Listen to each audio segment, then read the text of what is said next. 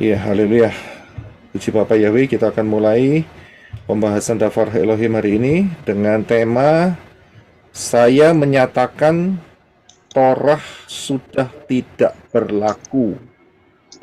Jadi kita coba untuk bisa mute semua terlebih dahulu ya. Jadi kita bisa menjadi berkat untuk teman-teman yang lain. Haleluya. Ya, puji Bapa Yahweh, hari ini adalah Januari 12 di Arizona dan Januari 13 di Indonesia, hari Shabbat ya. Dan pengajaran kita hari ini um, dengan satu topik, yaitu saya menyatakan Torah tidak berlaku. Ya, karena saya nyatakan yaitu nama saya Yosef Roy menyatakan Torah sudah tidak berlaku. Ya, oke. Belum mute. Oke. Ya.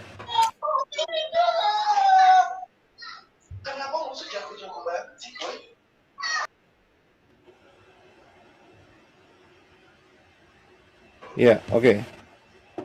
Ya, jadi untuk membahas pembahasan ini seperti biasa, saudara harus kembali ke akar pola Ibrani yang benar.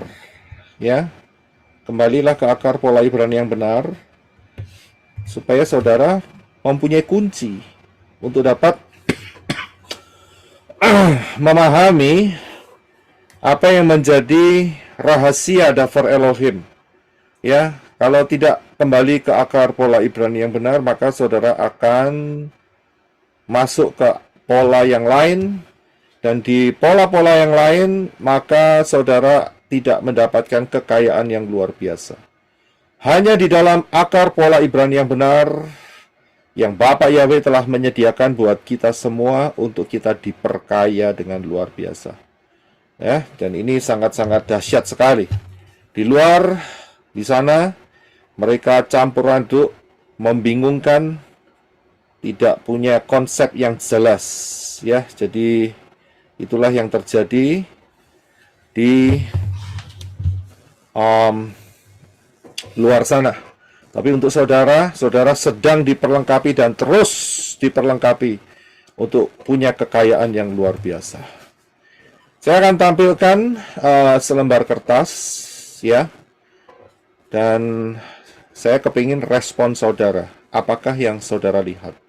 Ya, sebelum kita membahas mengenai saya menyatakan Torah sudah tidak berlaku. Ya, jadi saya akan tampilkan selembar kertas dan coba saudara lihat dengan cermat, ya. Saudara lihat dengan cermat dan saudara bisa meresponi. Sudah ya, saudara bisa lihat semua ya. Oke, haleluya. Saya akan tanyakan sama saudara, apa yang saudara lihat? 3 titik. Ada 3 titik, Pak. Satu-satu ya, satu-satu. Oke. Ya, 3 titik. Terus ada titik-titik. Terus siapa lagi yang mau coba menjawab? Silakan. 3 titik, Pak. 3 kotak, Pak. Lihat kotak. Oke, ada lagi yang mau coba memberikan masukan? Silakan. Amplop, Pak, amplop ada di titik. Oke, ya, saya bagikan sekali lagi. Nah, ini dia. Udah lihat? Ya, Iya. ya. Nah, apa yang saudara lihat? Kertas putih dengan titik 3. Oke. Ada yang bilang titik 3 lagi, ada yang bilang kertas putih dengan titik 3. Ada lagi yang amplop yang ada tulisannya tapi hurufnya sangat kecil, kemudian diakhiri dengan titik 3. Gimana? Putus-putus? Amplop, Pak. Amplop, kemudian amplop itu ditulis dengan huruf yang sangat kecil sekali, kemudian diakhiri dengan ada titiknya 3, Pak. Yang saya lihat seperti itu. Amplop ya. Oke. Ya. Dan titik warna hitam. Gimana? Tadi saya, 3 kertas yang polos. oke, udah ya? Warna hitam. Kertas putih dengan 3.3. Ya, oke. Ya, oke ya. Saudara sudah masukkan semua input-input jawaban saudara. Saya akan lanjutkan ya. Ya, haleluya. Kita mute sebentar ya semua ya. Oke. Nah, yang saudara lihat di sini ya adalah yang betul ya, yang betul itu adalah saudara melihat kertas putih dengan 3 titik. Tadi ada sebagian yang menjawab langsung 3 titik. Ada yang bilang itu envelope. Saya juga bingung, envelope-nya dari mana? Begitu. Ya tapi nggak salah namanya yang jawab kok. Ya, ini bukan nyari salah atau benar. Akan tetapi jawaban yang saya butuhkan adalah apa yang saudara lihat. Ya, apa yang saudara lihat. Tadi ada yang cuma ngomong titik, titik, titik, begitu. Ada yang ngomong titik, ya. Terus kemudian ada yang berkata kertas putih, ya, blank begitu dengan 3 titik, ya. Nah, jadi jawaban yang benar itu sebetulnya adalah yang saudara lihat itu adalah kertas polos, ya, kertas putih polos dengan 3 titik, ya, itu jawabannya, ya. Nah, mengapa kok saya ngomong seperti ini, ya, mengapa saya tampilkan seperti ini? Saya akan masuk ya. Coba saudara jawab pertanyaan di screen saudara, ya. Apa bedanya kalimat yang di atas dengan kalimat yang di bawah? Saya menyatakan Torah sudah tidak berlaku. Kalimat yang di bawah saya mengatakan demikian. Tertulis demikian. Saya menyatakan Torah sudah tidak berlaku. Apa perbedaannya? Yang 1 titik, yang 1 titiknya 3, jadi masih akan berlanjut. Oke. Terima kasih untuk inputnya. Ada lagi yang mencoba untuk menjawab? Artinya dalam kata kalimat yang kedua masih ada sambungannya, Pak. Iya, sama dengan jawaban yang diberikan oleh Sister Elizabeth. Ada lagi yang mau coba menjawab? Sudah sepakat ya? Iya, Ya. sepakat ya? Sepakat.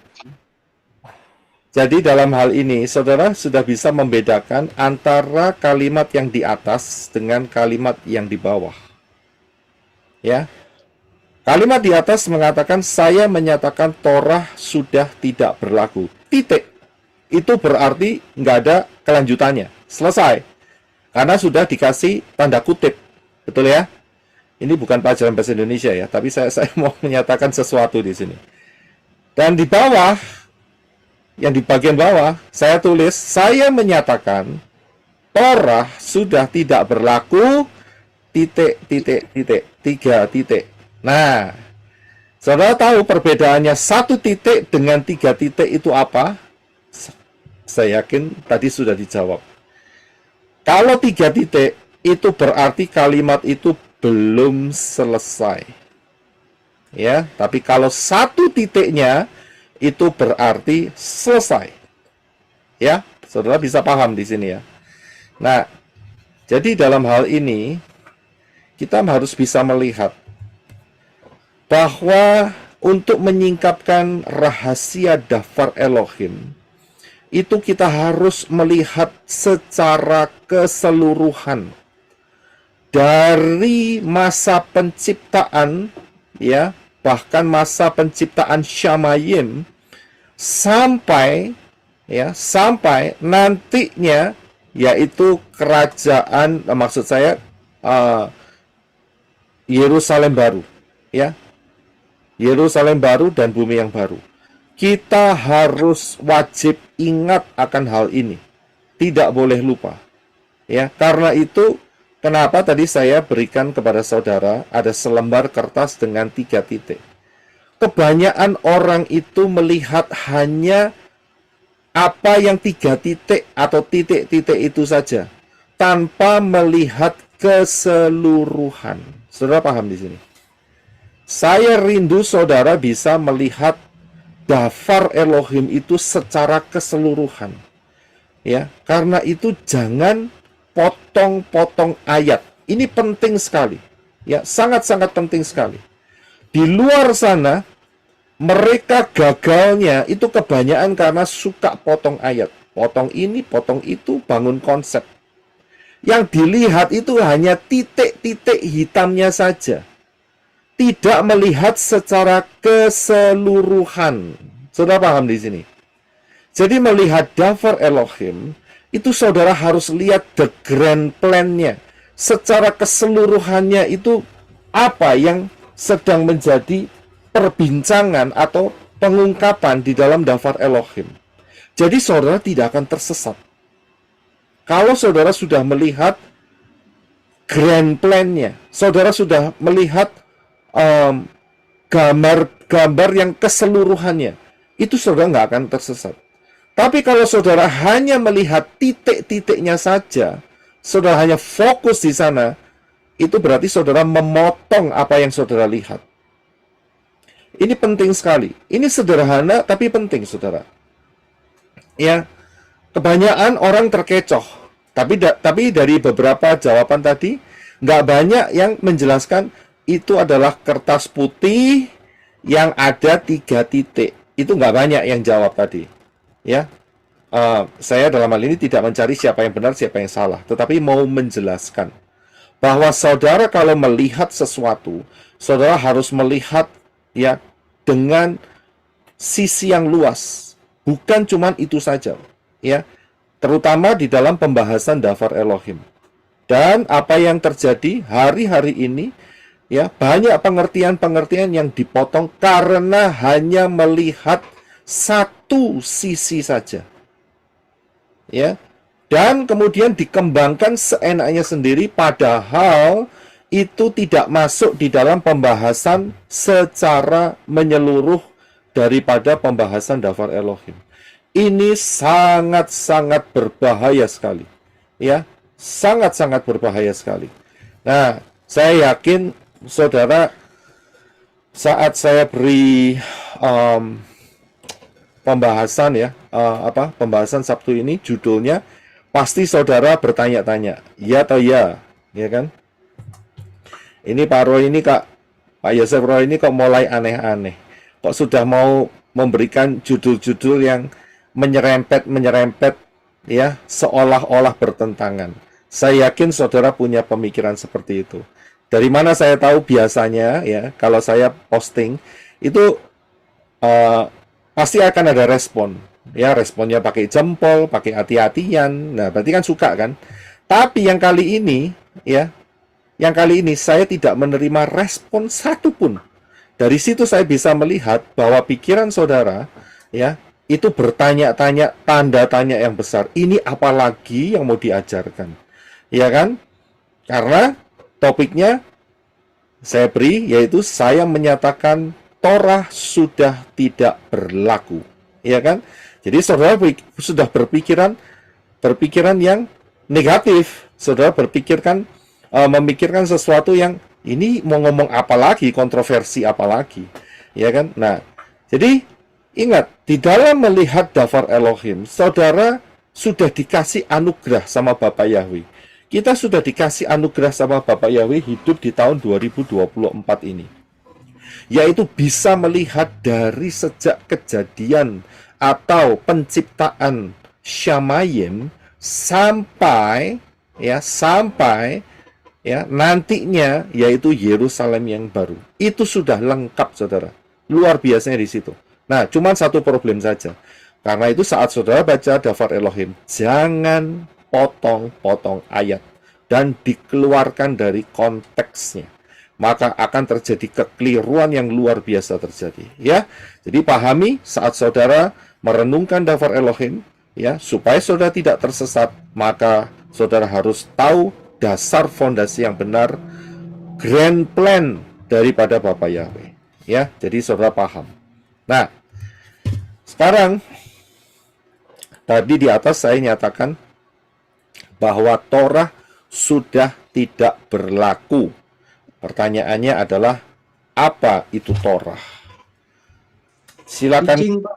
beri saya jawaban. Apa itu Torah? Ajaran, Pak. Pengajaran, Pak. Teaching. Teaching, pengajaran. Ada lagi? Siapa lagi yang mau mencoba untuk jawab? Sorry, saya masih belum sedikit fix nih batuknya. Oke, ada lagi yang mau menjawab? Pengajaran dari 5 kitab Musa, Pak. Mose. 5 kitab Moshe. Terima kasih Pak April. Terima kasih teman-teman yang sudah beri masukan. Ada lagi yang mau coba jawab? Yang satu ngomong teaching, pengajaran, 5 kitab Moshe. Ada lagi? Hukum-hukum, perintah-perintah. Hukum-hukum, perintah-perintah. Apa lagi? Perkataan Bapak Yahweh sendiri melalui Mose. Perkataan Bapak Yahweh melalui Moshe. Oke. Ya, kita tampung semuanya. Ada lagi yang mencoba untuk menjawab? Simple pertanyaannya, sederhana. Apa itu Torah? Janjian lama. Perjanjian lama. Oke. Oke. Isi hati Bapak Yahweh, Pak. Di hati Bapak Yahweh. Oke, silakan. Saya kasih kesempatan. Apa itu Torah? 316 perintah dan larangan Bapak Yahweh. 316. Pak April lebih spesifik lagi ya.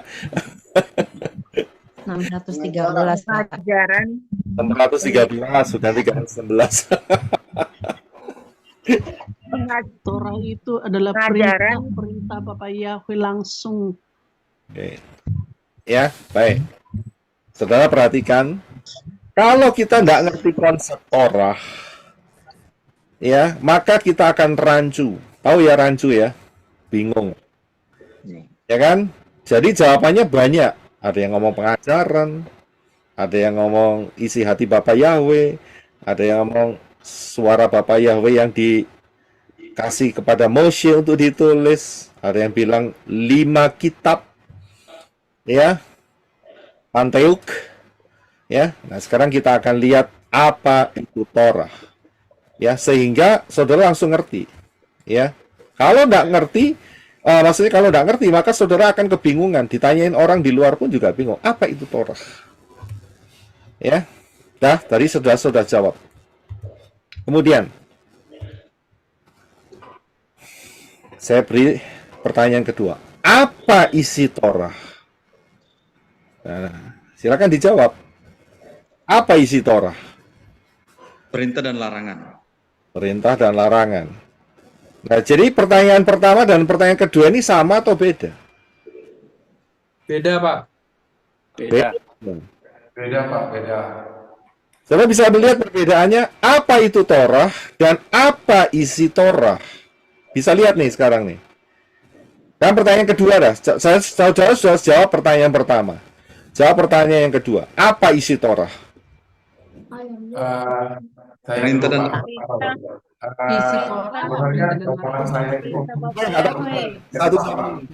Satu. Angkat tangan dulu aja. Saudara bisa angkat tangan jadi. Ya, Bro Adi silakan. Yang angkat tangan baru boleh ngomong nih. Silakan Bro Adi. sebenarnya jawaban saya tadi itu untuk pertanyaan yang kedua, Pak. Ya. Ya, jadi apa itu Torah dan apa isi Torah itu pertanyaan yang berbeda. Jadi sekarang saya ambil lagi jawaban saya yang pertama, saya pindahkan ke sini, Pak. Jadi isi Torah itu adalah pengajaran, hukum-hukum ataupun perintah-perintah di dalam firman Bapak Yahweh yang tertulis di Torah. Seperti itu. Nah, kalau begitu tadi kan sudah dipindahkan kan? Ya, sama Bro Adi. Jadi yang nomor 1 kosong Bro Adi.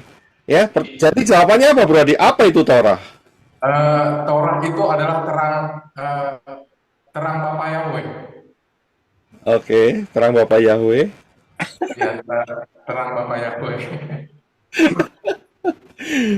Oke, tadi saya lihat Sister Yemima angkat tangan. Oke, silakan Sister Yemima. kalau untuk jawaban yang nomor 1 itu Ah, hukum-hukumnya Bapak Yahweh. Tapi kalau betul. isinya perintah dan larangannya itu Pak, itu jawaban nomor 2 begitu. Oke, kita tampung. Terima kasih. Brother Daniel, angkat tangan, silakan. Apa itu Torah? Itu 5 kitab Moshe. 5 kita. Oke, terus yang kedua. Apa isi Torah? Itu tentang isi hati Bapak Yahweh yang disampaikan tentang hukum-hukum dan perintah gitu. Oke, ya, terima kasih. Kita tampung dulu. Sister Connie angkat tangan, silakan. Sama persis kayak Pak Daniel, Santo udah dijawab. Sama persis. Oke, haleluya. Tadi saya lihat Brother Desmond mau coba untuk menjawab. Sister Elizabeth. Kalau apa itu Torah, teaching Pak atau pengajaran. Nah, Kalau isinya apa itu isi Torah itu Kejadian, Keluaran, ya 5 terus kitab Moshe, peraturan-peraturan kita, ya tata tertib untuk manusia hidup di bumi yang diberikan oleh Bapa ya. Genesis, Exodus, tunggu. Jadi jawaban yang pertama, Pak, apa itu Torah? Torah adalah teaching Pak, pengajaran Pak. hukum atau pengajaran. Kalau isi dari Torah itu ya 5 kitab yang ditulis oleh Moshe yang berisikan tentang tata tertib kita sebagai manusia untuk bisa hidup berdasarkan Bapa Yahweh. Oke, ya, kita tampung semua. Terima kasih. Ada lagi yang mau coba untuk menjawab? Nggak ada? Oke, kita akan lanjutkan. Ya, jadi saudara bisa melihat perbedaannya antara apa itu Torah dan apa isi Torah. Ya. Oke, kita akan lanjutkan. Apa itu Torah dan apa isi Torah. Ya. Kita lihat, saya ambil dari Wikipedia saja, gampang. Karena sering di luar sana disebut sebagai Taurat. Nah, kalau Taurat itu berarti dari bahasa Arab. Ya, tapi kita kan akar kita Ibrani. Jadi, kita pakai Torah, El-Torah atau instruksi. Saya bisa lihat atau pengajaran. Jadi, Torah itu adalah 5 kitab pertama dari Tanak. Saudara bisa paham di sini? Torah itu adalah 5 kitab pertama dari Tanak. Tanak itu adalah, saudara sudah ngerti ya, Torah, Nevi'im, Ketuvim. Betul ya? Jadi ada yang namanya kitab para nabi dan tulisan-tulisan. Jadi Torah, Nevi'im, Ketuvim itu Tanak. Nah, 5 kitab ini biasanya disebut sebagai Pentateuk. Ya. Nah, 5 kitab itu apa saja? Torah, saudara sudah tahu. Bereshit, Shemot, Wayikra, Bemidbar, dan Devarim. Kejadian, Keluaran, Imamat, Bilangan, dan Ulangan. Itulah Torah, saudara. Ya.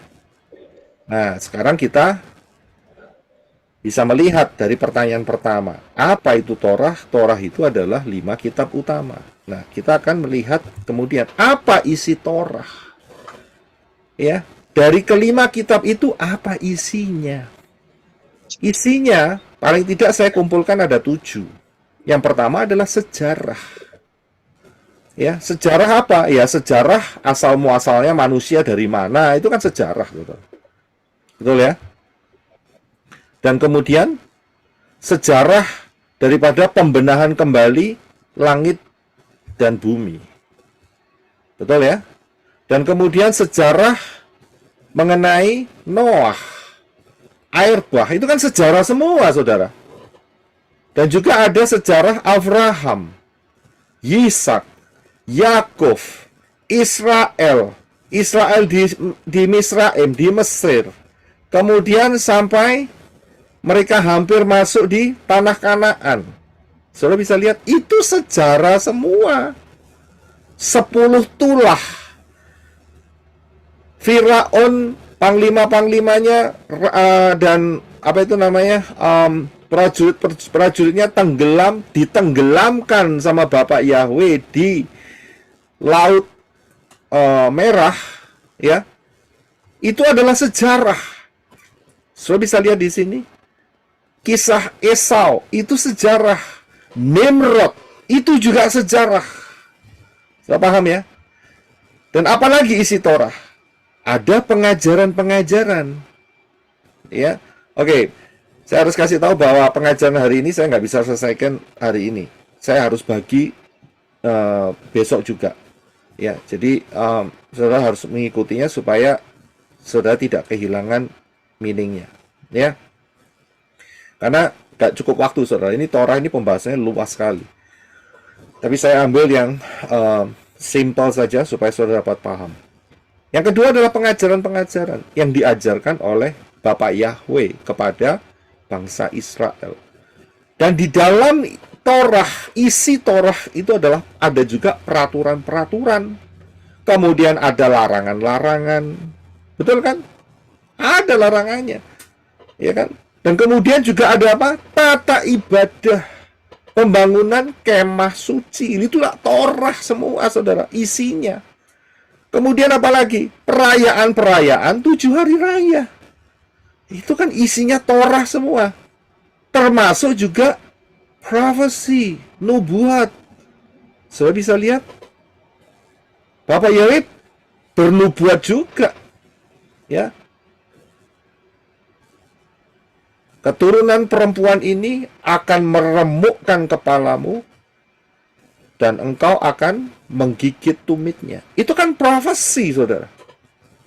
Betul kan? Kemudian Abraham mempersembahkan Yisak di tanah Moriah, di salah satu gunung di tanah Moriah. Itu satu, dia bicara soal sejarah. Kemudian kedua, dia berbicara mengenai apa? Prophecy mengenai Yeshua. Jadi saudara paham ya di sini ya. Apa itu Torah dan apa isi Torah? Ya, paham ya di sini ya. Jadi nggak susah, saudara. Nah, jadi dengan 2 pertanyaan ini, maka pikiran saudara sudah mulai terorganize. Ya. Oh, ini bagian ini bagian ini. Ya, jadi inilah isi Torah. Nah, di dalam perkembangannya sampai di zaman kita sekarang ini, nah ini yang harus kita perhatikan. Ya, isi Torah ini yang kita harus perhatikan. Kalau Torahnya sendiri ya sudah permanen, saudara.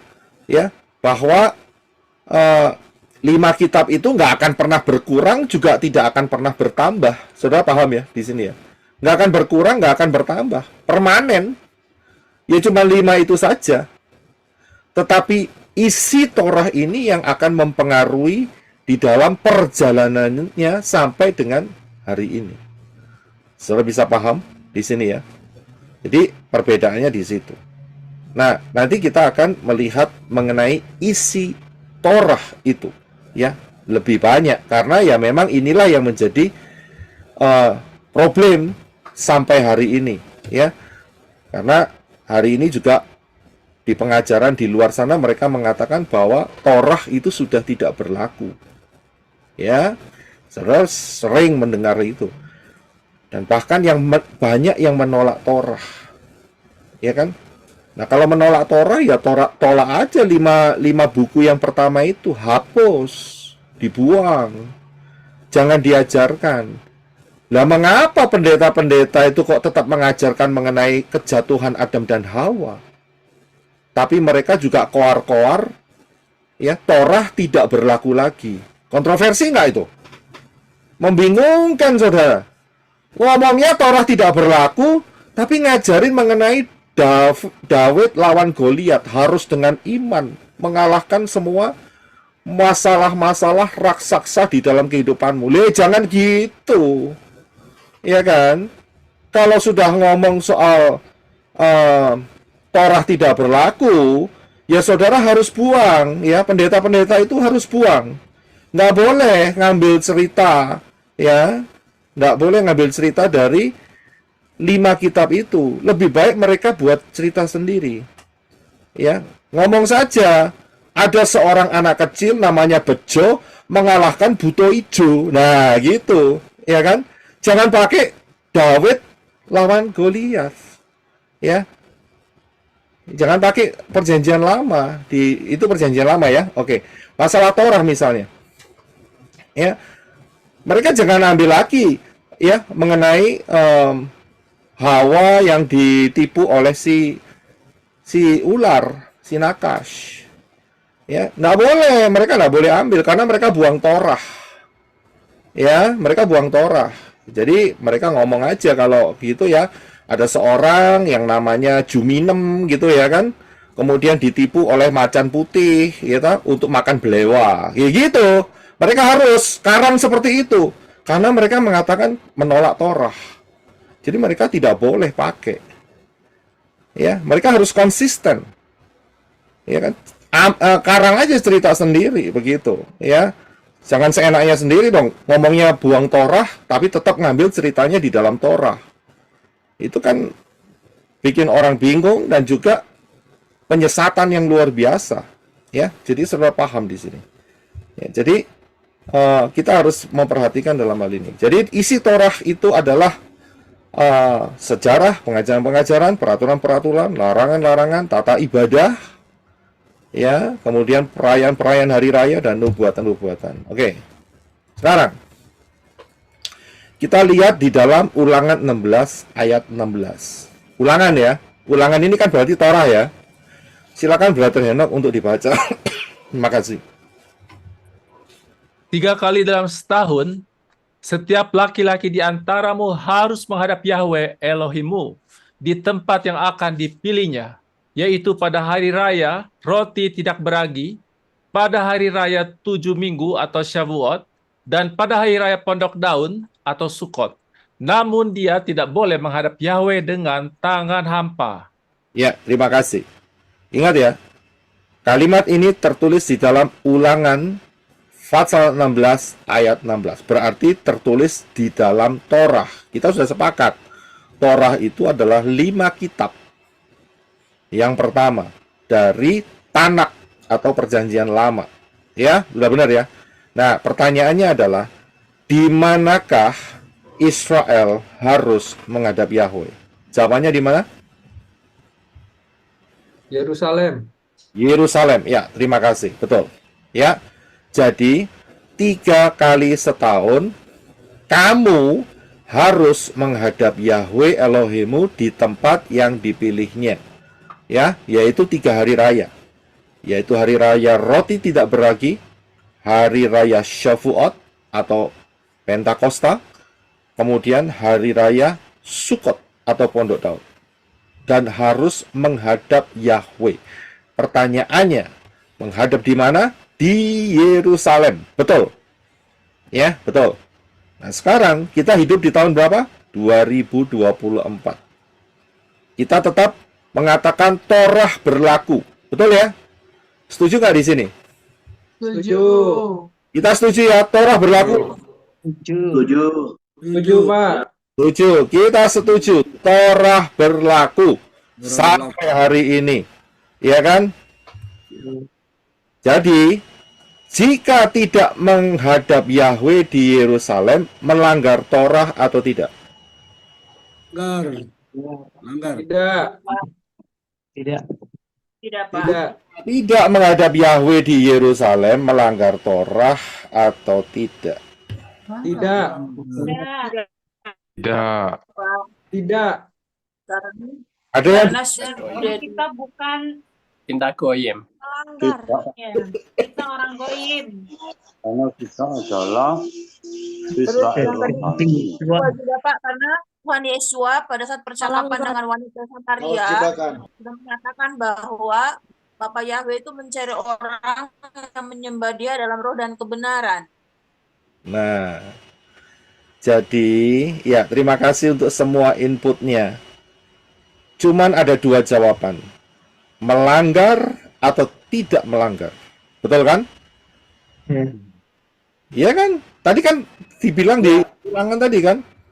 Setiap tahun 3 kali kamu harus menghadap Yahweh di tempat yang ditunjuk Yahweh. Dan kita sudah tahu, yaitu Yerusalem.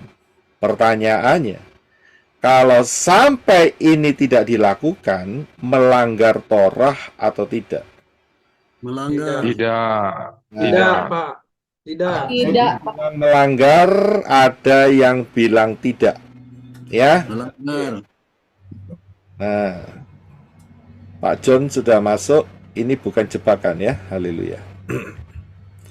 Jadi kita akan melihat melanggar atau tidak. Nah, lihatnya bagaimana? Lihatnya itu dari sudut pandang yang mana? Saudara bisa lihat. Jadi jawabnya itu ya seperti saudara menjawab kertas putih dengan 3 titik. Itu cara yang benar. Saudara bisa lihat. Jadi kalau ada orang yang mencoba untuk bertanya mengenai hal ini, melanggar atau tidak? Padahal peraturannya kamu harus ke Yerusalem 3 kali. Saudara bisa lihat. Sekali ke Yerusalem butuh biaya 40-50 juta. 3 kali berarti setahun saudara ngeluarin 140 juta. Betul nggak? Nah itu dia. Ya kan? Nah sekarang pertanyaannya, saudara tidak ke Yerusalem loh. Melanggar tidak? Nah, Tidak, Pak. jawabnya jawabnya seperti kita jawab kertas putih dengan 3 titik hitam. Kita harus jelas supaya orang dapat gambarannya jelas. Kalau saya perhatikan gambar yang saudara lihat di depan, maka saudara akan mendapatkan konsep. Ya kan? Titik pembaginya itu adalah kematian Yeshua. Kalau sebelum kematian Yeshua, itu berarti melanggar. Betul kan? Tetapi kalau sesudah Yeshua, itu tidak melanggar. Sekarang saya tanya, kita hidup di tahun berapa nih sekarang? Kita hidup tahun 2024. Kita melanggar tidak? Tidak, kita tidak melanggar. Mengapa tidak melanggar? Siapa yang mau coba jawab? Kenapa tidak melanggar? Karena dosa-dosa Karena kita sudah setelah ditebus oleh Yesus bangkit. Yeshua. Karena Yesus ada di dalam kita. Bapak Yahweh dalam Yesus sudah di dalam kita. Nah, jawabannya itu, terima kasih untuk jawabannya semua. Jawabannya itu ada di Yohanes 4:21. Silakan Brother Henok untuk baca. Yesua berkata kepadanya, "Hai wanita, percayalah kepadaku bahwa waktunya akan datang saat kamu menyembah kepada Bapa bukan di gunung ini, bukan pula di Yerusalem." Terima kasih. Saudara melihat di sini, Yeshua itu tahu waktu loh. Yeshua itu ngerti soal waktu. Ya, dan dia tidak mengacak-acak waktu. Ya, dia tahu persis setelah ini apa, dia tahu persis. Dan dia tidak mengacak-acak waktu. Karena itu Yeshua berkata kepada perempuan wanita yang ada di sumur Yakov, ya, saat ada di Samaria, Yeshua mengatakan bahwa nanti akan datang waktunya kamu menyembah kepada Bapa Yahweh bukan di Yerusalem. Padahal Torahnya ngomong, ya kan, kamu setahun 3 kali menghadap Yahweh. Saudara bisa lihat di sini. Inilah sebuah progres yang harus diperhatikan dengan baik, yang harus dicermati, sehingga tidak rancu pikiran kita. Jadi kita harus lihat juga posisinya. Posisinya di mana kita? 2024. 2024 itu sudah hampir 2000 tahun sejak kematian Yeshua, kematian dan kebangkitan dan kenaikannya.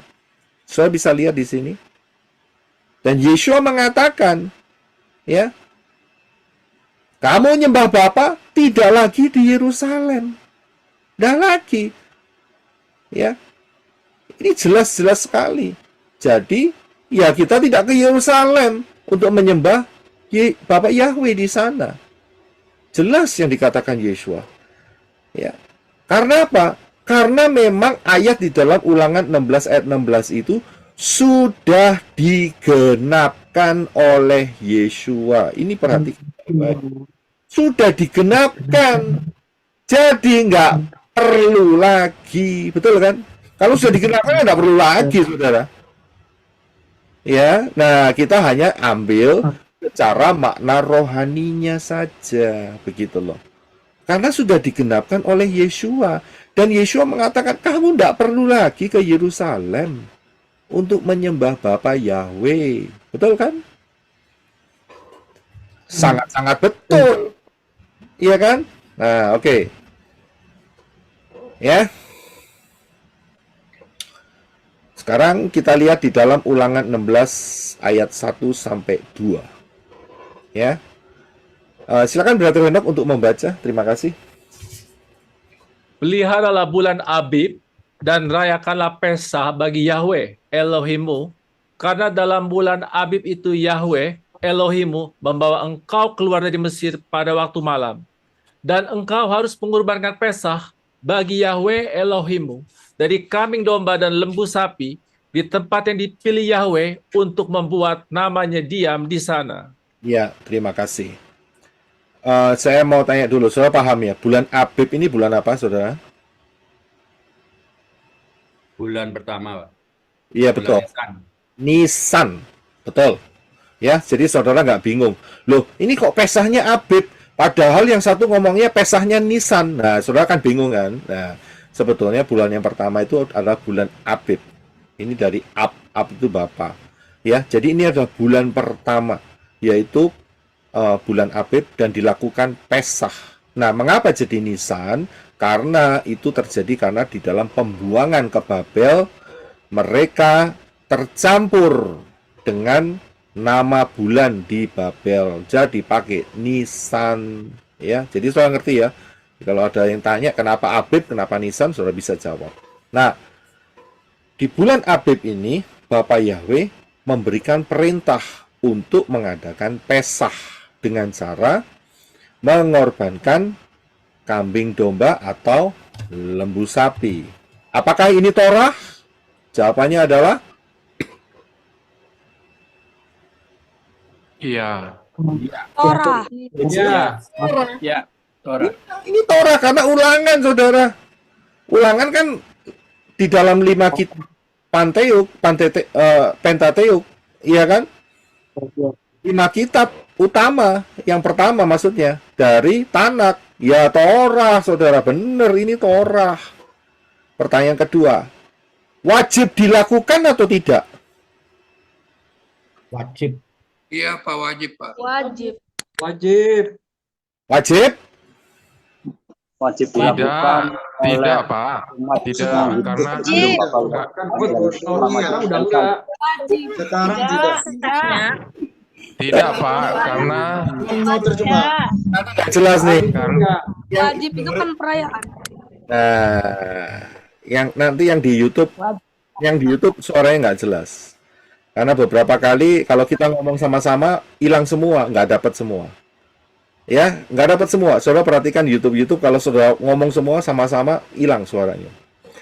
Ya, tadi kita tahu di dalam Ulangan tadi harus merayakan Pesah di bulan Abib, bulan Nisan. Kemudian pertanyaannya, betul, itu Torah. Itu Torah. Itu perintah Torah. Itu peraturan Torah. Itu perayaan Torah. Betul ya? Sekarang pertanyaannya, wajib tidak dilakukan? Wajib dirayakan, tapi kurbannya sudah tidak diperlukan lagi, Pak, karena kan sudah ada Yeshua. iya, itu jawaban saya juga, Pak Roy.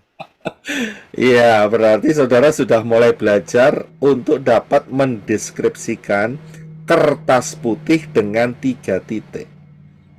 Ya, jangan jawabnya itu kayak anak kecil, wajib, tidak wajib. Ya bingung saudara yang di luar sana. Saudara punya pengertian. Jadi jelasnya harus penjelasannya harus lengkap. Begitu supaya tidak salah. Ya, ada yang wajib dilakukan, wajib, bingung yang sana loh. Kalau gitu sak korban-korban lah wajib. Nah, gitu kan. Oh, tidak wajib. Kemudian lo udah wajib. Oh, berarti nggak usah Pesah kalau gitu. Lo lah bingung lah ya. Bener kan? Yang mana ini? Yang wajib atau yang tidak wajib? Nah, jadi jawabnya ya seperti tadi. Wajib kita lakukan di dalam perikop perayaannya karena sudah digenapkan oleh Yeshua. Tidak wajib dalam hal apa? Di dalam hal menyembelih domba itu tidak wajib. Saya bisa lihat di sini. Jadi jawabnya itu masih lengkap, saudara. Ya, nggak cuman singkat begitu. Ya, wajib atau tidak? Ya kan? Nah, kita lihat lagi petanya. Titik tolaknya ada di Yeshua. Sebelum dan sesudah. Berarti di sini kalau sebelum itu wajib hukumnya. Harus dilakukan. So, bisa lihat. Tetapi bagaimana kalau sesudah? Ya, sesudah dilarang keras. Nah, yang dilarang keras ini adalah di dalam hal menyembelih binatang. Itu yang dilarang keras. Tetapi perayaannya ya jangan dihapus. Saudara bisa lihat di sini. Perayaan Pesahnya tetap ada karena itu merupakan 7 hari raya. Kan ingat tadi di atas. Isi Torah itu ada apa? Ada 7 kan? Paling tidak yang saya sudah jelaskan di atas. Ya kan? Ada 7 yang di atas. Ada peraturan-peraturan mengenai penyembelihan atau tata cara ibadah. Nah, itu sudah digenapkan oleh Yeshua. Ya kan? Karena itu jangan lagi menyembelih domba. Gitu loh. Ya kan? Tetapi ingat di atas tadi saya jelaskan, di dalam isi Torah ada perayaan-perayaan. Dan perayaan-perayaan itu berkenaan dengan 7 hari raya, yaitu Pesah. Perayaannya tetap kita harus rayakan. Tetapi di dalam hal penyembelihan domba itu tidak boleh. Mengapa alasannya? Kita baca di dalam Ibrani 10 ayat 4-6 dan Ibrani 10 ayat 29. Silakan Brother Enoch. Ibrani 10 ayat 4. Sebab mustahil darah lembu jantan dan kambing jantan menghapuskan dosa-dosa. 5. Karena itu, ketika datang ke dunia ini, dia berkata, kurban dan persembahan sajian tidak engkau ingini, tetapi sebuah tubuh telah engkau sediakan bagiku. 6. Persembahan bakaran dan persembahan penghapus dosa tidak engkau pinta. Ibrani 10 ayat 29. Betapa lebih beratnya hukuman yang harus dijatuhkan atas dia yang telah menginjak-injak putra Elohim dan menganggap najis darah perjanjian serta menghina roh anugerah yang olehnya dia telah dikuduskan. Terima kasih. Jadi, topik hari ini yang saya beri tema, saya menyatakan Torah sudah tidak berlaku. Titik. Itu ada kelanjutannya, tidak berhenti. Sehingga saudara tidak salah faham. Kelanjutannya apa? Kelanjutannya adalah dalam upacara pengorbanan binatang, ya, domba, kambing, lembu, merpati di tahun 2024 itu tidak berlaku. Ya, Torah sudah tidak berlaku dalam upacara pengorbanan binatang.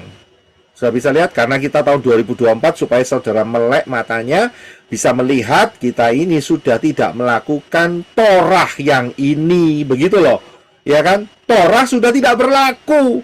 Tapi saya tidak menyatakan Torah semuanya tidak berlaku, tidak kan? Kita lihat di atas tadi ada 7 isi Torah. Saudara bisa paham di sini? Saya nggak nyatakan semua tidak berlaku. Nah, yang terjadi di luar sana ya, pendeta-pendeta Yunani itu mengatakan Torah secara keseluruhan tidak berlaku. Itulah yang menjadi jerat buat mereka. Sehingga mereka memberkati Joko dan Tono di dalam pernikahan yang suci. Itu dia. Sudah ngerti maksudnya? Ya. Siti dan Juminem diberkati di dalam ya perkawinan yang kudus. Itu mereka karena mereka menolak Torah secara keseluruhan. Saya bisa lihat di sini. Jadi saya menyatakan Torah sudah tidak berlaku dalam upacara pengorbanan binatang, nggak berlaku. Ya, saudara bisa paham di sini. Kalau sampai berlaku, kira-kira jawabannya apa di sini? Jika hari ini 2024 masih melakukan, maka apa kira-kira jawabannya? Pengorbanan Tuhan Yesus sia-sia. Pengorbanan Yesus tidak berlaku. Pengorbanan Yesus. Ya, Sia-sia. Satu pengorbanan. Iya, pengorbanan Yesus sia-sia kalau begitu. Pengorbanan Yesus sia-sia, apalagi? Terkecoh. Terkecoh, apalagi? Apalagi yang mau kasih jawaban? Tadi Pak Ibrani yang Berarti dibacakan terakhir itu mengakui pengorbanan Yesus apa? Sebentar, satu-satu. Sister Elizabeth dulu, baru kemudian Sister Rice. Gimana? Tadi yang Ibrani yang terakhir dibacakan oleh Brother Henok, Pak, yang kita menginjak. Ya. Jadi yang dibacakan ayat Ibrani 10:29, kemudian Sister Rice gimana?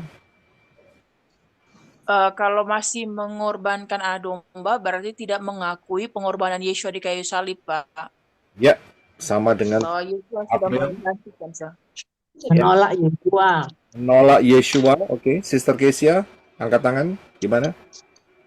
Korban tubuh Yesus yang terakhir. Sister Kesia? Korban tubuh Yesus yang terakhir, Pak. Korban tubuh Yesus terakhir. Oke, jadi saya akan lanjutkan. Jika hari ini masih melakukan, maka jawabannya cuma satu, ya, dari bahasa ya Norwegia dan bahasa Nigeria, yaitu mampus atau modiar. Ngerti maksudnya? Mabuk, Pak, mabuk berbintang. Nah, nggak mabuk, mampus. Dan modar. Modar itu bahasa bakunya, tapi kurang enak. Jadi modiar. Ngerti enggak? Ya. Ada i-nya. Ya, modiar gitu. Jadi ya lebih mantap, ya kan? Ya. 3M. Ya, 3M. Kalau sampai tetap melakukan pengorbanan domba sampai hari ini 2024, maka orang itu dipastikan mampus dan modiar. Karena apa? Menolak pengorbanan Yeshua. Iya. Ya, betul kan? Loh, padahal pengorbanan domba ini tadi diulangan harus dilakukan. Iya kan? Berarti Torah ya dibatalkan. Ya memang harus dibatalkan karena sudah digenapi oleh Yeshua. Ya dibatalin, ya di stop, dihentikan, begitu loh. Ya, jadi kita harus bisa melihat pandangan yang luas di dalam melihat Dafar Elohim, ndak potong ayat ini baru bener. Nah, ini lihat ini. Dibatalkan, Pak. Ya. Tapi disempurnakan. Ya, tergantung ya sama aja. Itu harus di cancel, harus di stop, harus ditiadakan, harus dihentikan. Saudara lihat ini, tiap tahun mereka sudah melakukan apa itu namanya? Latihan-latihan. Ya, ini sebentar lagi, saudara. Ya, ini sebentar lagi. Mereka sudah mengadakan latihan-latihan supaya apa? Supaya kalau sampai betul-betul kejadian, ya mereka sudah terbiasa, nggak kagok gitu loh, ya nggak kaku, ya sudah tahu apa yang mereka lakukan. Pertanyaannya, boleh nggak berpartisipasi? Tidak boleh. Tidak boleh. Boleh. Ya, boleh. No way. Ya, nah pertanyaannya, Torah masih berlaku tidak? Berlaku. Masih. Masih. Ya, Torah di dalam Yesua, Pak, yang kita melakukannya di dalam Yesua. orang-orang ini melakukan Torah loh. Iya. Ya, Torah masih berlaku tidak? Nah, jawabannya kembali lagi. Apa itu isi Torah? Torah itu isinya sejarah, pengajaran-pengajaran, peraturan-peraturan, larangan-larangan, tata ibadah, perayaan-perayaan hari raya, prophecy atau nubuat. Torah yang mana dulu? Begitu loh, isi Torah yang mana dulu? Torah Ya. yang digenapi oleh Tuhan Yesus Masih, Pak. Nah, berarti dalam hal ini yang digenapi oleh Yesua adalah tata ibadah. Sudah paham di sini? Karena ibadahnya yang ditetapkan di dalam Torah, ya, di dalam Keluaran dan Imamat, itu melakukan dengan penyembelihan domba, tetapi itu sudah digenapi oleh Yesua. Jadi tata ibadahnya selesai. Karena itu Yesus berkata, kamu akan menyembah Bapa tidak lagi di Yerusalem. Menyembah Di gunung-gunung. di mana? Di gunung-gunung, Pak. Ya, menyembah Bapa Yahweh di mana? Di rumah masing-masing. Di dalam roh dan kebenaran, Pak. Roh dan kebenaran. Ya, bagi mereka yang di sana tidak ada kehilat atau ya gereja yang benar, masih campur-campur, ya saudara ikutin saja di pelayanan menorah. Ya, streaming, Pak. Ya streaming. Streaming gimana ya, di rumah masing-masing begitu. Saya bisa. Nah, yang dilakukan oleh pengajar-pengajar di luar sana, mereka menolak Torah secara keseluruhan. Saudara bisa lihat di sini. Yang dimaksud oleh Yesua itu adalah yang digenapi adalah tata ibadahnya digenapi, sudah. Jadi kita harus paham dalam hal ini, ya, sehingga kita bisa menjelaskan. Torah sudah tidak berlaku lagi, Taurat sudah tidak berlaku lagi. Sopo sing ngomong begitu loh, ya kan? Siapa yang bilang? Ya, karena mereka tidak punya pemahaman yang jelas akan hal ini, sehingga mereka ya, ingat loh, kasih aja Torah tidak berlaku ya, kasih aja pengajaran hari ini. Ini loh Torah. Ya, yang digenap itu adalah yang nomor 5. Genap. Selesai penyembelihan dombanya. Tapi pengajarannya ya tetap berlaku, peraturannya juga tetap berlaku. Sudah bisa lihat. Larangannya juga tetap berlaku. Nubuatannya berlaku, sejarahnya tetap diambil, makna-makna rohaninya diambil, begitu loh. Ya. Jadi yang saya nyatakan adalah Torah sudah tidak berlaku dalam upacara pengorbanan binatang. Udah nggak berlaku. Sudah bisa lihat di sini. Ya. Jadi nggak punya pikiran negatif lagi dengan apa yang saya ungkapkan. Oh, Pak Roy sudah sama nih dengan orang-orang Yunani yang menolak Torah. Tidak. Ya. Sama, Pak. Jadi gimana Pak John? Iya, kemarin juga saya mikir gitu, Pak. Apalagi nih Pak Roy kok. Kok ada lagi pengajaran apa lagi nih? Ya, betul juga. Awas kejebak Pak John. Iya. Saya juga. Ya, Pak John jujur ya kan. Jadi Pak Roy makan sate kambing pasti boleh kan? kalau makan sate kambing mah boleh. Ya silakan saja makan sate kambing, sate domba. Ya, makan burung merpati goreng ya silakan, begitu loh. Iya kan? Jadi saudara betul-betul harus paham ya. Torah yang mana dulu isinya? Torah itu adalah 5 kitab. Kita nggak bisa membuangnya karena itu sudah sejarah. Nggak bisa dibuang. Ya, nah, saudara paham. Nah, sekarang saya mau tanya. Di manakah posisi kuasa Yeshua HaMashiach bekerja? Di mana? Sebelum atau sesudah? Pas kematian, Pak. Sesudah. Sesudah. Mulainya pas kematian atau kebangkitan. Ya, setuju ya. Jadi Di manakah posisi kuasa Yeshua HaMashiach bekerja sesudah? Kita akan lihat ayatnya, yaitu di dalam Matius 4 ayat 8 sampai 9. Saudara mute dulu ya semua ya. Sehingga silakan Brother Henok untuk bisa baca. Satan pun membawa dia ke sebuah gunung yang sangat tinggi dan menunjukkan kepadanya semua kerajaan dunia beserta kemuliaannya. Dan ia berkata kepadanya, Aku akan memberikan semua ini kepadamu jika engkau sujud menyembahku. Ya, terima kasih. Di detik ini, Matius 4, 8 sampai 9. Kuasa dunia itu di tangannya siapa? Satan, Pak. Satan. Atau Bapak Yahweh? Setan. Satan, Pak. Bapak Yahweh, Pak. Kuasa dunia loh. Setan. Kan sudah direbut oleh Satan. Iya, setan. Nah, oke. Lihat Tapi kalau bumi Bapak Yahweh, kalau dunia setan. Nah, ya, lihat ini. Pemiliknya Bapak Yahweh tapi dikuasai Satan, Pak. Nah, pertanyaannya adalah siapa yang menguasai dunia ini? Satan. Nomor 9. Satan. Nah, ayat ini di dalam itu. jelas ayat ini mengatakan ngomong sama Yeshua. Ya, setan ngomong sama Yeshua. Tolong di-mute dulu ya semua ya.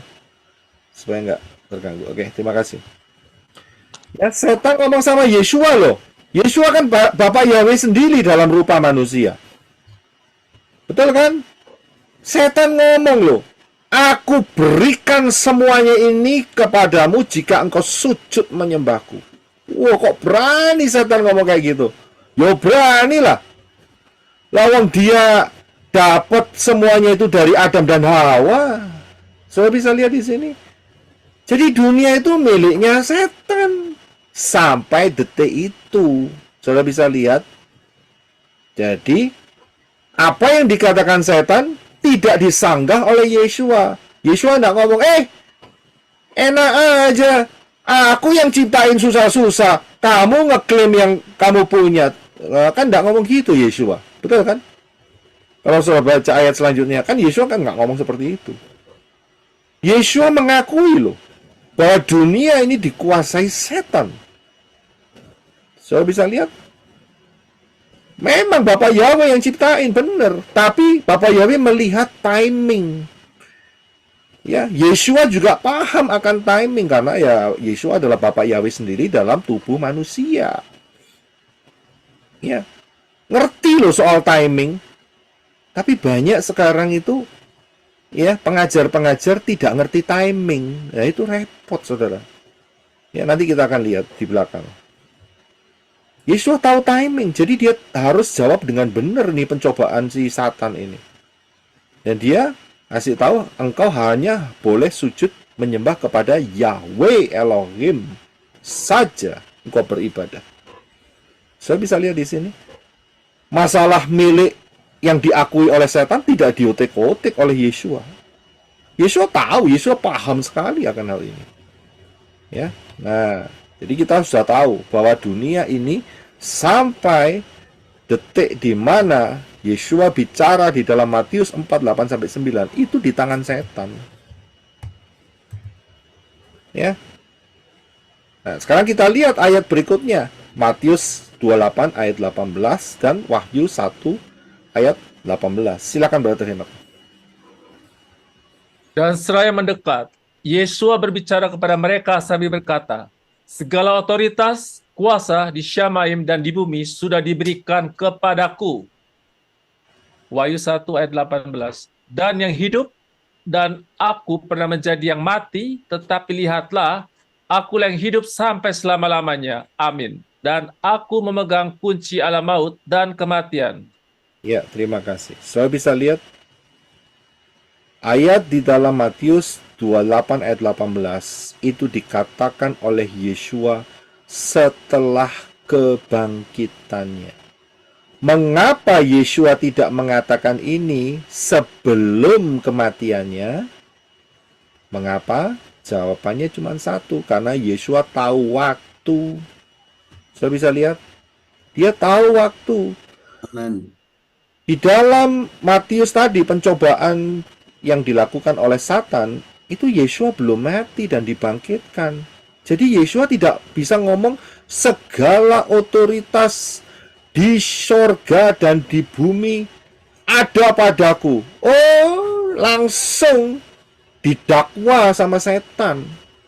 Kalah langsung di situ. Saudara bisa lihat di sini. Nggak bisa, Yeshua nggak bisa ngomong itu sebelum kematiannya. Yeshua tahu waktunya.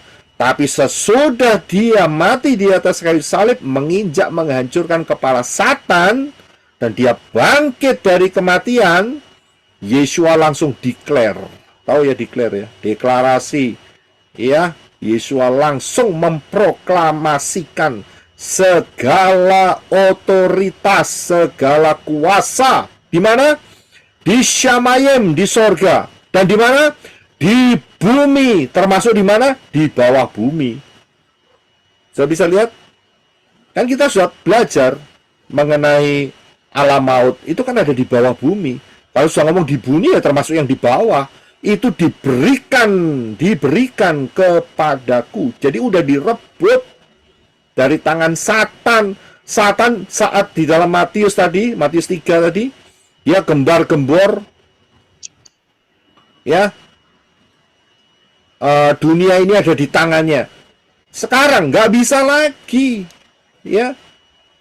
Dan bahkan diperjelas di Wahyu 1 ayat 18, alam maut, ya, kunci alam maut dan kematian dipegang oleh Yeshua. Wow, luar biasa. Ya, jadi kalau mau masuk ke alam maut atau kematian, itu harus lewat Yeshua dulu, saudara. Harus lewat Yeshua.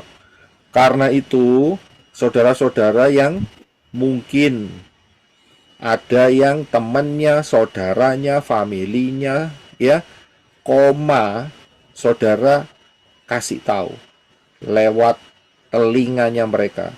Percaya Yeshua, minta ampun, karena dia masih koma. Tapi kalau sudah mati, ya jangan dibisiki. Saudara ngerti maksudnya?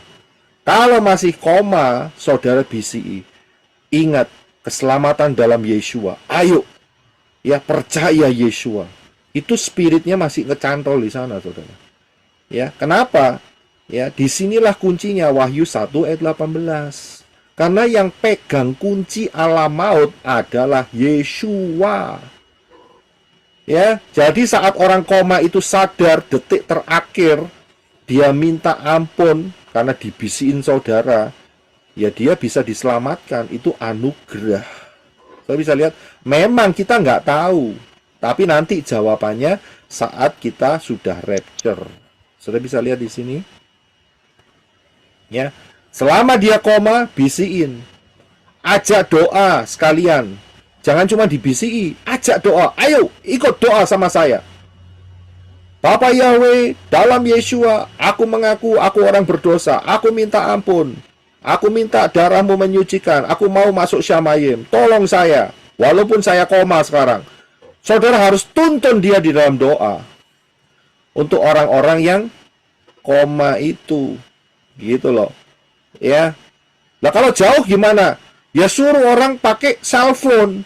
Dekatkan di telinganya. Kan sekarang ada teknologi. Saudara bukan cellphone-nya, saudara tuntun di dalam doa. Jangan cuma diomongi, kalau ketemu Yeshua minta ampun gitu. Jangan.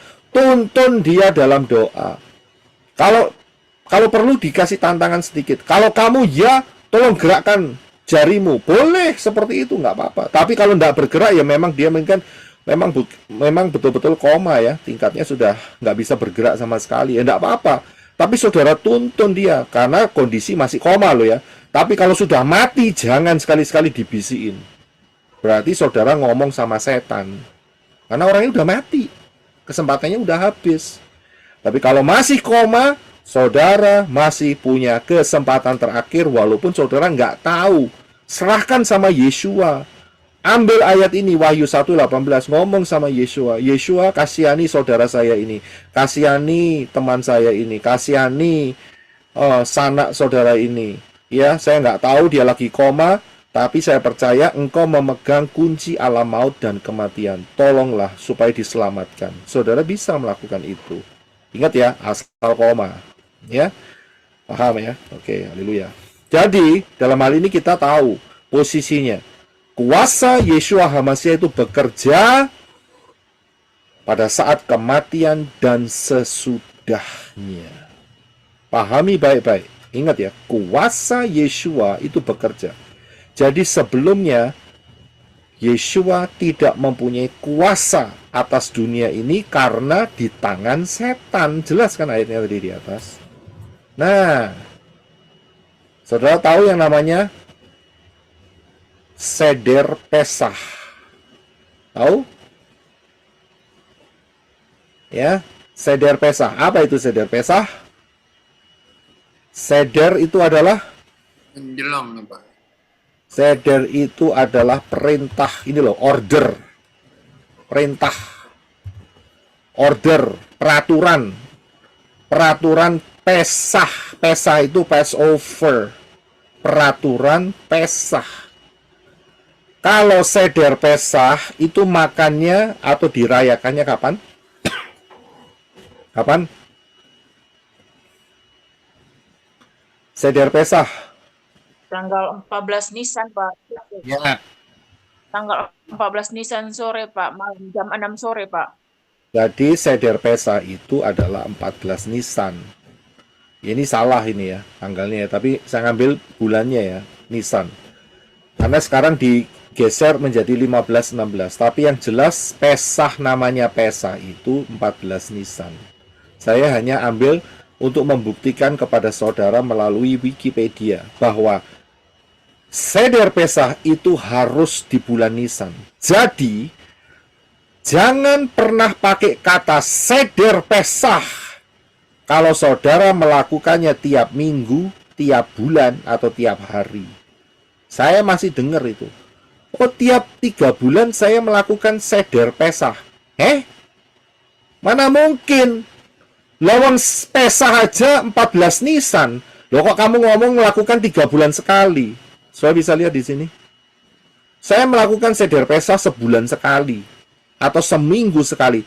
Seder Pesah kok dilakukan sebulan sekali atau seminggu sekali, gimana sih? Nah ini loh. Ini akar hybrid. Saya bilang, akar kekacauan. Saya bisa lihat di sini. Namanya Seder Pesah, saudara harus melakukan bulan Nisan. Tanggal 14 itu harus tepat. Nggak boleh ngomong ya setiap 2 minggu sekali kita Seder Pesah. Ngawur itu namanya.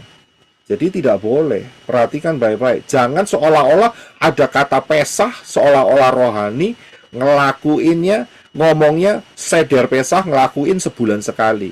Itu tidak tepat sama sekali. Salah total di situ.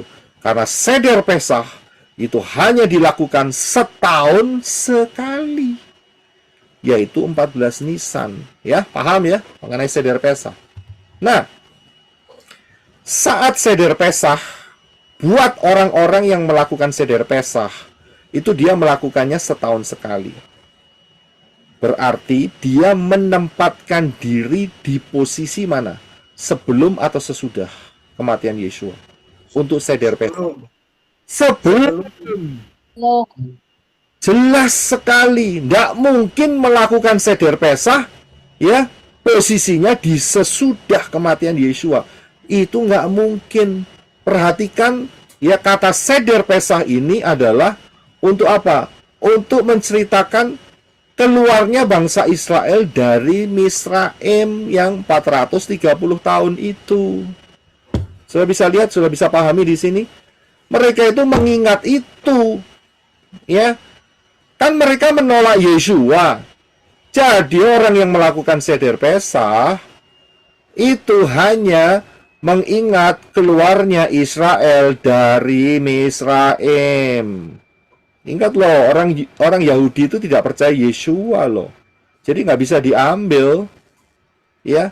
Jadi penempatan posisi orang yang melakukan seder Pesah itu dia ada di tahun 2024, tapi alam pikirannya, pengakuannya, tindakannya itu mundur sebelum kematian Yesua. Jelas sekali. Itulah yang dilakukan oleh orang-orang yang melakukan seder Pesah. Nah, siapa yang ketawa? Setan. Iya. Setan ketawa. Pinter kamu, ya. Lakukanlah Torah sebaik-baiknya. Tempatkanlah dirimu ya pada posisi seder Pesah. Ya. Dan ingat bahwa seder Pesah itu adalah peristiwa keluarnya Israel dari Mesir. Pintar, bagus, rohani sekali. Pantes, saudara. Ya, pantes sekali. Kuasa Yesua tidak berlaku buat mereka. Jelas. Tadi kan kita sudah lihat ayatnya di atas. Di manakah kuasa Yesua bekerja? Kan kita sudah sepakat di atas. Yaitu setelah saat kematian dan sesudahnya. Disitulah kuasa Yesua bekerja. Kematian dan sesudah. Iya kan? Saat kematiannya, orang-orang yang percaya kepada Mesias yang akan datang, yaitu Yesua, dibangkitkan. Betul kan? Abraham bangkit, Yisak bangkit, Daniel, Asaria, Hananya, Misael bangkit, Yeremia, Yesaya bangkit semua. Ya, Yisak, Yakov, ya kan, bangkit semua. Kan kuasanya ada saat kematian dan sesudahnya. Nah, sekarang orang zaman tahun 2024 menempatkan posisinya di sebelum kematian Yesua. Saya bisa lihat kelihatannya rohani, tapi setan bersukacita rame-rame. Karena itu tidak ada kuasa di dalam peringatan. Saya bisa lihat, ya. Nah, tolong ini kok ada coret-coret ya. Ada yang dicoret-coret nih.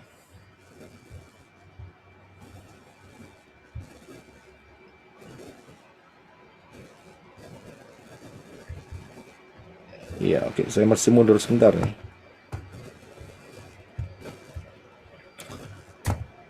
Ya, jadi saya akan kembali lagi.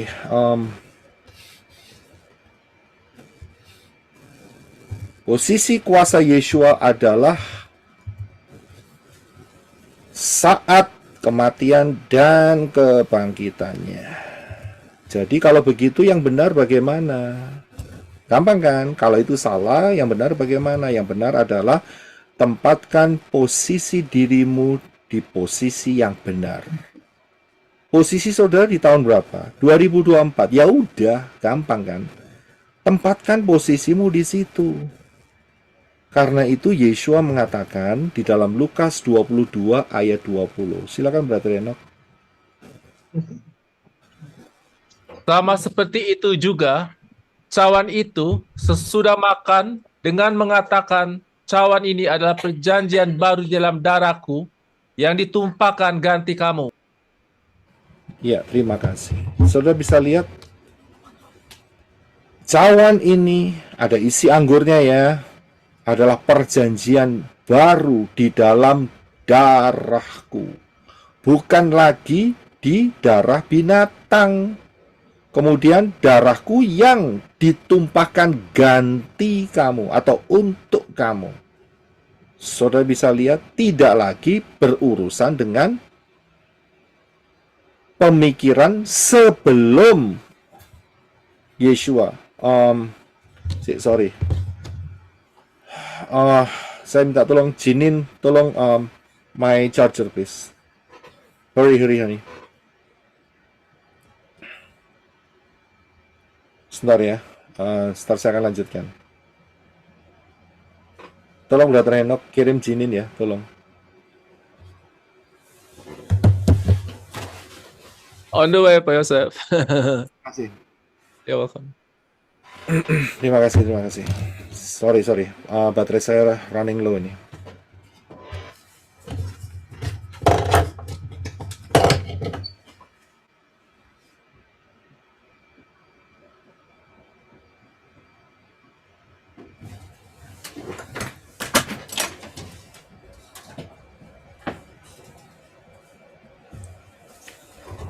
Oke, thank you, Nak. You're welcome.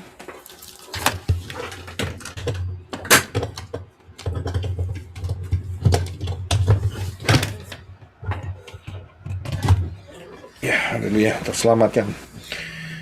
Ya, jadi saudara bisa lihat di sini penempatan posisi yang benar itu berarti saudara mempunyai hak untuk menggunakan kuasa yang Yeshua berikan kepada saudara. Yeshua adalah kepala, saudara dan saya adalah tubuhnya. Dengan posisi yang benar, maka kuasa itu bekerja. Kalau ditempatkan di posisi yang salah, ya tidak bekerja. Namanya saja posisinya udah salah. Saudara bisa lihat? Sederhana sekali, saudara. Sederhana sekali. Dan Yeshua, ya, saat memecah roti dan memberkati dan berkata, inilah tubuhku. Ingat ya, caranya ya. Memberkati dan kemudian membagikannya. Jadi harus ada berkatnya dulu. Jangan langsung rotinya dimplok gitu ya. Tahu ya dimplok ya. Dimakan langsung ya. Ya nggak bener. Nggak ada berkatnya. Saya juga melihat ada sidur ya, tata cara untuk ibadah. Kemudian mereka memberkati anggur dan roti, tapi tidak menyertakan konsep tubuh dan darah Yeshua. Lah yo podo wae itu namanya jadi roti biasa. Ngapain lu pakai sidur gitu loh? Kok repot-repot? Nggak ada kuasanya di dalam tubuh Yeshua dan darahnya. Saya bisa lihat ini konsep mengerikan sekali, saudara. Kenapa? Karena ini dipercantik, di make up seolah-olah rohani, tapi sebetulnya saya bilang menyesatkan. Saya bilang. Kenapa? Karena setan ketawa, nggak ada kuasa tubuh Yeshua dan darah Yeshua di dalamnya. Oh, makan sampai protein meledak ya, tetap nggak akan ada kuasa apa-apa lah, karena nggak ada posisi yang benar dan benar. Saudara bisa lihat di sini. Dan posisinya juga salah. Setan ketawa, saudara. Ya. Jadi saudara harus paham. Tadi kan saya udah katakan di atas, Yeshua aja tahu posisi loh. Lah kok ya pengajar-pengajaran itu loh, kok mau sok-sokan melebihi Yeshua. Iya kan? Mindah-mindah saenake sendiri begitu loh. Ya kan? Carane saenaknya sendiri mau dipindah. Yaitu, oh ini harus menggunakan sedar Pesah dan sebagainya. Kacau balau, saya bilang. Itu, waduh, penyesatan tipis, tapi berbahaya. Saya harap saudara terjadi transformasi hari ini mendengar hal ini. Ya, saya ada pertanyaan satu sister yang ada di grup tanya, Pak Yosef, kalau bisa bahas soal cara-cara merayakan hari raya, juga bagaimana melakukan sabat yang benar, Pak Yosef. Terima kasih banyak, Pak Yosef. Shalom. Sekarang perayaannya kita harus lihat dari sudut pandang Yeshua, itu sudut pandang yang benar. Syabat pun kita juga dalam posisi yang benar, yaitu setelah kematian Yeshua dan kebangkitannya.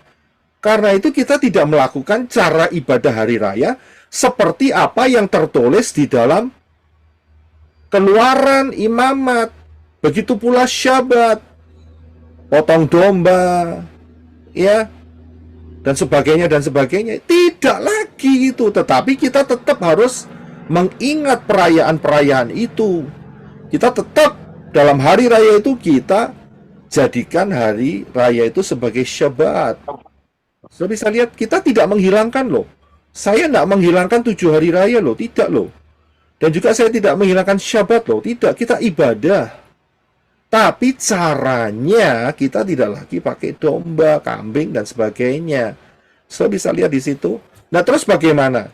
Ya, jawabannya ada di Mazmur. Mazmur Pasal 69 ayat 31 sampai 32. Silakan Brother Henok.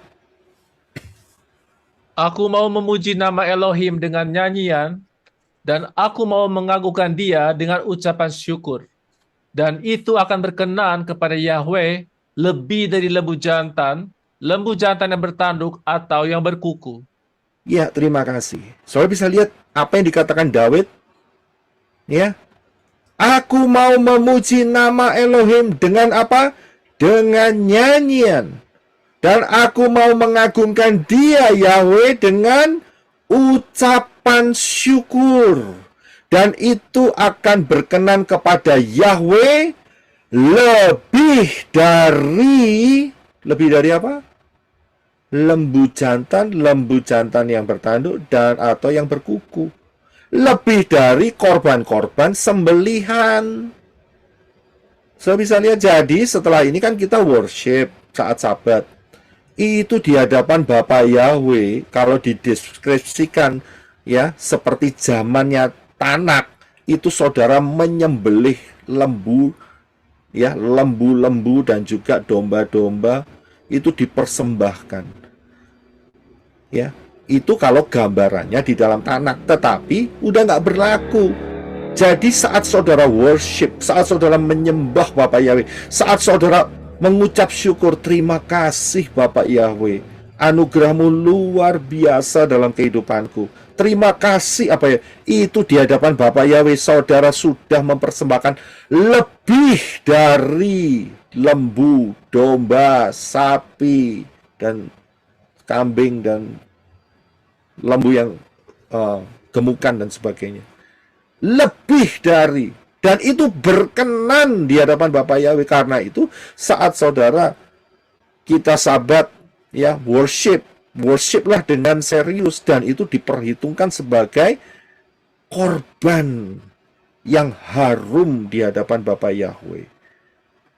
Saudara tahu? Saudara suka makan sate? Nah, saya yakin banyak yang suka makan sate. Suka, Pak. Ya. Suka. Bagaimana saudara bisa tertarik dengan sate?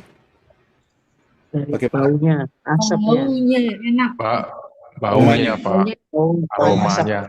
Aroma. Saudara tahu bagaimana supaya tukang sate menarik hidung saudara untuk membeli sate? Bagaimana caranya? Kipas. Bukan soal kipasnya. Dia lemak.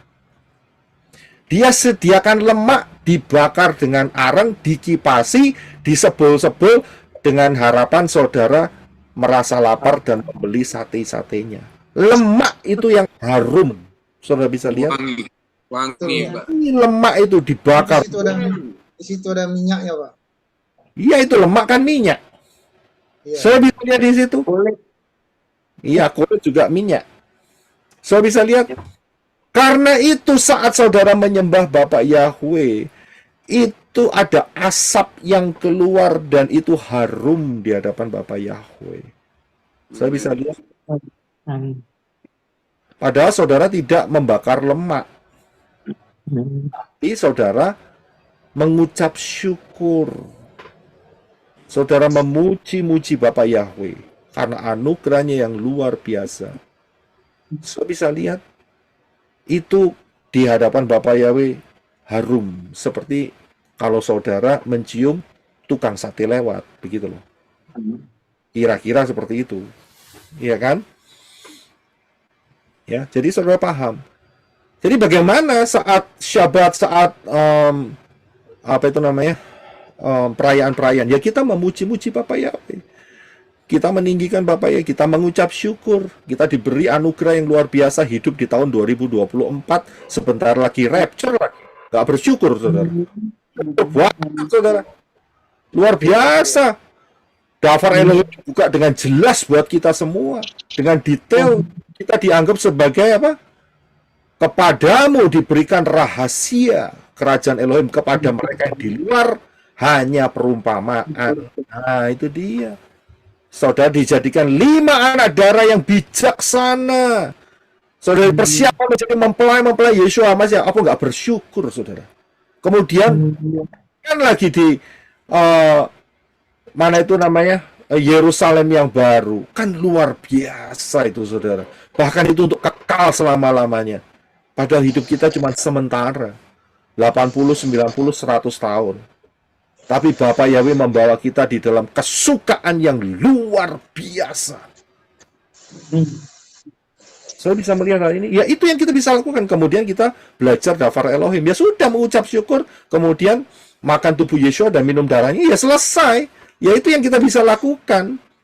Ya saat perayaan-perayaan, saat apa itu namanya, Shabbat. Ya itu yang kita bisa lakukan. Dan itu menyenangkan loh. Ini kan tertulis, itu akan berkenan kepada Yahweh. Berkenan loh. Nggak main-main. Nah, sekarang, posisi saudara mau yang mana? Makan 1 kali 1 tahun? Atau makan tiap hari? Tiap hari. Tiap hari. Tiap hari, Pak. Ya, milih. Ya, milih. 1 tahun kering. Ya, kan Bapak Yahweh kasih kita akal budi ya, kita bisa milih mau pilih yang mana, yang kiri mau makan setahun sekali ya, atau mau makan tiap hari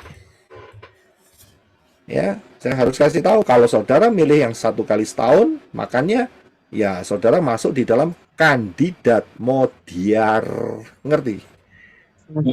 Kandidat modiar, kandidat modiar. Kalau saudara nggak mau berubah dalam pikiran, Modiar 3M, Pak. Lunas, murus, modiar. Yes. Enggak di sini. Ya. Ini harus ada yang menerjemahkan nih ya. Saya kasihan nih. Kan kita semua nggak dari Surabaya. Ketahui yang Surabaya nih. Modar apa itu modar? Mampus. Kandidat mampus. Ya. Diet, blegedet.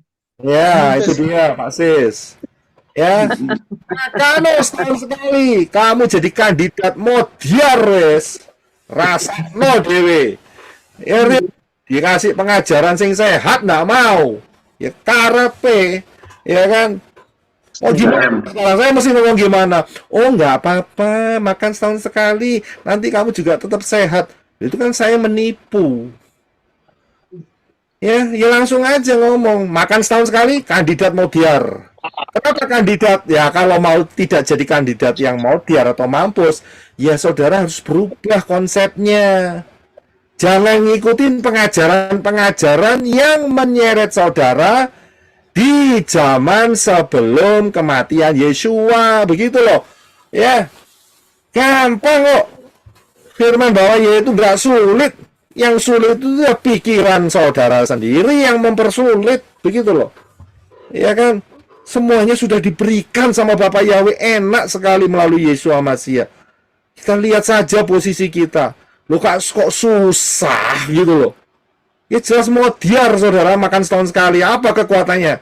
Ya, saya bilang diperkosa setan. Jelas itu. Ya, sangat-sangat jelas. Mana ada kekuatan? Iya kan? Coba pikirkan baik-baik. Haleluya. Nggak kuat ngangkat pedang. Nggak kuat ngangkat pedang. Ya jelas. Ya kalau pedang kertas ya bisa. Ya, oke, puji Bapak Yahweh. Hari ini kita sudah hampir mencapai 6.000 tahun sejak kejatuhan Adam dan Hawa. Ya, bentar lagi Sudah masuk di tahun yang ke-7000, yaitu kerajaan 1000 tahun. Dan saudara sudah tahu perhitungannya. Karena itu kita harus hati-hati. Ada masa 666 sebelumnya, yaitu selama 3,5 tahun. Karena itu kita sudah masuk berdasarkan pola Shemitah. Ingat ya, berdasarkan pola Shemitah. Kita sudah masuk di 3,5 tahun Shekel Shemitah pertama. Hati-hati saudara, hati-hati. Di depan kita ada rapture. Saudara butuh pengajaran High Alert 2026, jangan remehkan. Ya, saudara, pelajari hal ini. Karena apa? Kalau waktunya tidak dipersingkat, tidak ada yang selamat. Karena itu, untuk orang-orang pilihan, waktunya akan dipersingkat. Sehingga saudara dan saya di rapture. Kapan itu? Itu sudah ada di rahasia 1250 hari, 1335 hari. Saudara pelajari, kita temukan dari pola itu loh ya, dari pola Shemitah itu, maka kita bisa melihat rapture ya akan kira-kira terjadi 2025 akhir atau awal 2026 dengan pola Shemitah ya, karena Bapak Yahweh menggunakan pola. Jadi kita harus hati-hati. Karena itu ya, bagi yang belum masuk dalam pintu yang benar. Pintu yang benar itu Yeshua, bukan Yesus. Jelas ini ya. Yeshua, karena di sana ada huruf Yod, Shin, Waw, Ayin. Yod adalah Yeshua, Yodnya itu adalah Bapa Yahweh sendiri. Karena itu dalam Yoel 2:32, barang siapa berseru nama Yahweh akan diselamatkan. Kemudian saudara harus segera, cepat masuk baptisan pembaharuan. Jangan lama-lama. Ya, ambil keputusan. Cepat. Ya, jangan tunda-tunda waktu. Semakin saudara menunda, semakin keras hatimu. Kemudian setelah itu ingat, baptisan pembaharuan adalah langkah awal, bukan langkah akhir. Saudara jangan takabur. Ya, selesai iman saya karena sudah dibaptis pembaharuan. Belum. Saudara harus belajar akar pola Ibrani yang benar. Berjalan dengan Bapak Yahweh, dipimpin penuh dengan Ruah Yahweh Elohim dan dipimpin oleh Ruah Yahweh Elohim ya, sehingga sampai di rapture. Saudara harus perhatikan hal itu. Apa-apa yang tidak diingini oleh Bapak Yahweh ya jangan dilakukan. Jangan Natalan lagi, jangan apa itu namanya? Imlekan ya. Terus Paskah yang keliru. Ya. Jadi saudara harus paham. Kemudian ingat juga saudara yang sudah masuk di dalam jalan keselamatan melalui Yeshua Masiah, sudah dibaptis, sudah berjalan, jangan terkena racun pengajaran palsu. Hati-hati loh. Ada ayat yang mengatakan yang terdahulu akan menjadi yang kemudian. Yang kemudian akan menjadi yang pertama. Hati-hati ya, selama rapture belum terjadi, jangan sampai terkecoh. Ya, saya sudah jelaskan panjang lebar di atas. Ya, saudara harus mempunyai gizi rohani. Ya, kalau saya ngomong gizi rohani itu dafar Elohim, makan tubuh Yeshua dan minum darahnya, dipimpin oleh Ruah Yahweh Elohim, penuh dan dipimpin oleh Ruah Yahweh Elohim. Itu harus, dan jangan ada ikatan. Ya, jangan terikat, karena darah Yeshua HaMashiach itu melepaskan saudara dari ikatan-ikatan. Jangan terikat. Ya, lepas. Aduh, bahaya sekali nih, ya. Masih banyak saya dengar itu seperti hal itu. Terikat, ya, kedagingnya terikat, nggak bisa lepas dari kertas. Wah, bahaya. Saudara ngerti nggak? Kemudian nggak bisa lepas dari minuman, ya. Nggak bisa terlepas dari banyak hal, saudara. Ya, jangan harap namanya terikat bisa rapture. Nah, itu dia. Saudara harus coba sekarang ya, minta tolong sama Ruah Yahweh Elohim. Mampu kok, bisa lepas. Malam ini lepas. Sekarang lepas. Saat worship nanti loh. Lepas, lepas, sudah, tinggalkan semua, ya, minuman keras, ya, kemudian rokok atau cerutu atau apapun yang mirip-mirip seperti itu, apapun lah. Kemudian Minum banyak, kopi, Pak. Minum kopi tiap pagi. ya, minum kopi tiap pagi. Ya, saudara harus punya pikiran jangan terikat gitu aja. Kalau nggak sampai, istilahnya nggak sempat minum kopi ya, jangan sampai merasa berdosa. Kalau berdosa berarti ya terikat, saudara. Ya, jadi saudara harus memperhatikan dalam hal seperti itu. Jangan ada ikatan. Ya, nanti Ruah Yahweh Elohim akan nuntun. Ini ikatan model jenis apa? Ya, saudara harus betul-betul paham akan tuntunan Ruah Yahweh Elohim. Ya, jadi saudara yang membutuhkan baptisan pembaruan, screenshot dan saudara bisa segera untuk dilayani. Dan juga ingat, saudara harus dilepaskan dari nama dan juga spirit dibalik daripada sesembahan yang bukan dari Israel, yaitu Allah dan Yesus harus terlepas. Kalau enggak dikontek terus, repot ceritanya. Ya, puji Bapak Yahweh, kita akan masuk di dalam worship, dan untuk sesi tanya jawab kita akan berikan besok. Saya akan lanjutkan karena saya tahu masih banyak pertanyaan di dalam pikiran saudara. Kalau begini bagaimana? Kalau begitu bagaimana? Ya kan? Ya, semuanya akan terang. Kita akan lihat dari kebenaran Davar Elohim melalui sudut pandang posisi yang benar. Ya, posisi yang benar. Ya, kalau posisinya salah, ya setan ketawa, ya kan? Itu dia, ya. Puji Bapak Yahweh memberkati kita semua. Haleluya, shalom. Halo. Amin, haleluya, shalom. Shalom. Amin. Shalom.